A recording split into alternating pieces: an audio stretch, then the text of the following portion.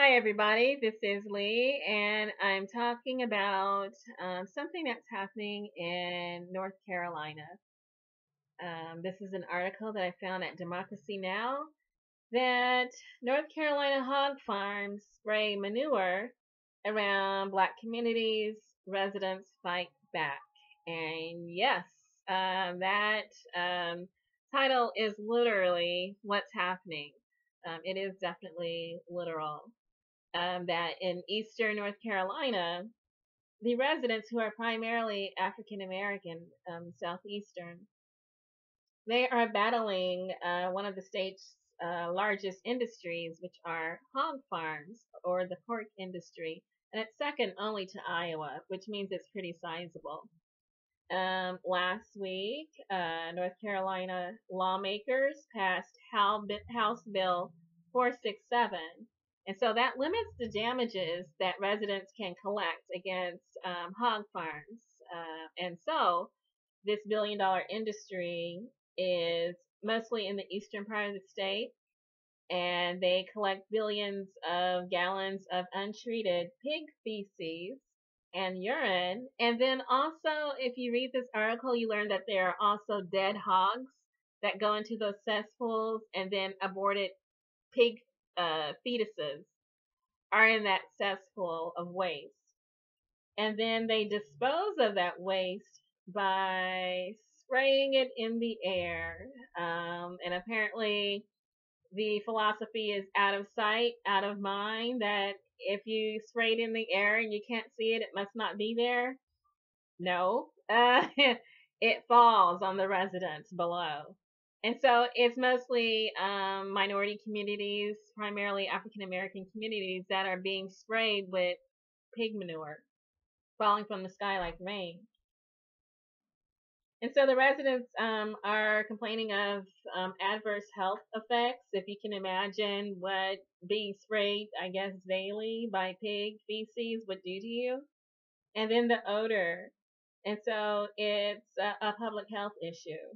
And so, and there was an investigation by a filmmaker who used drones to actually capture the spraying of the manure in process.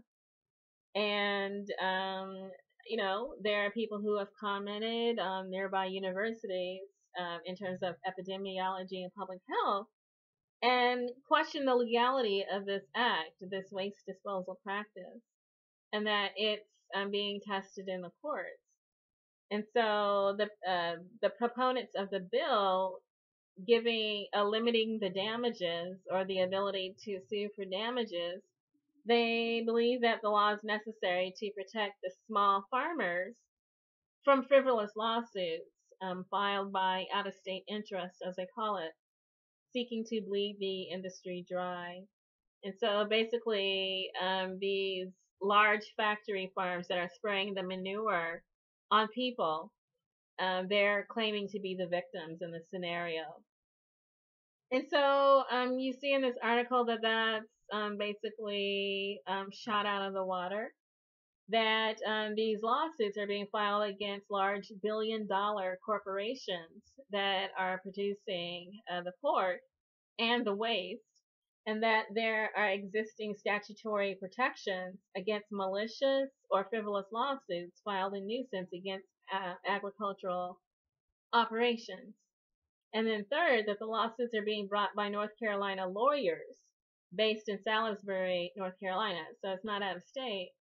And then fourth, and most importantly, the attempt is not to drive the industry out of North Carolina, but that the impact on public health and the environment has to be recognized. And so instead, there is an attempt to make sure that the industry and the operations in managing waste are done in such a way that it doesn't harm the residents of that community any further than it already has. And so the proponent of House Bill 467 that's been introduced and championed and sponsored by Jimmy Dixon. He's a Republican legislator. He's a former farmer. and he has apparently collected over $100,000 from the pork lobby. And so his comment on the matter when he was speaking at a hearing is, he said, these claims are at best enormous exaggerations, and then at worst, outright lies. Is there some odor? Yes. But I would like you to close your eyes and imagine how ham and sausage and eggs and fried chicken smell. That's what he said about it. So, the legislation, it comes as a class action lawsuit, and it's brought by nearly 500 primarily African American residents of eastern North Carolina, that they seek financial compensation from Murphy Brown, the state's largest hog producer, and that these lawsuits have now moved into federal court. As for the House bill itself, it's going through the North Carolina State Legislature, which is Republican, and that there's already been a lot of controversy in North Carolina because they have a Democratic governor, and one of the favorite things of the Republican legislature to do, apparently, is to override the governor's veto. And so likely he will veto this if it arrives to his desk, but the legislature may choose to override if there's not some relief in the federal court. And it's just another example of the need to really pay close attention to what's happening at the state level. This is a prime example right here of kind of, it's okay, I guess, to speculate on the presidential race in 2020, 3 years from now. But things like this are happening right here around you in your own neighborhood, and it's your state legislature, the people that you vote in to represent you at the state capitol. This is where a lot of homegrown issues get decided, and it's good to pay attention to the balance of the state legislature, the political ideology, who's contributing campaign donations to your state legislature, what bills are being introduced and then voted upon. Are you lobbying your state legislature, writing, calling? And then also, who's the governor? We've got 2 governor races this year, and a lot can be decided at the state level.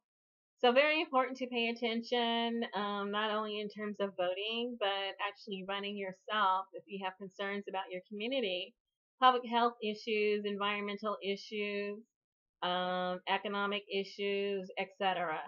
That definitely, if you wish to run for office, to protect yourself and your community, that there are opportunities, some this year, and it's possible that North Carolina may have a vote of their state legislature. That hasn't been decided yet, as far as I know, because of gerrymandering.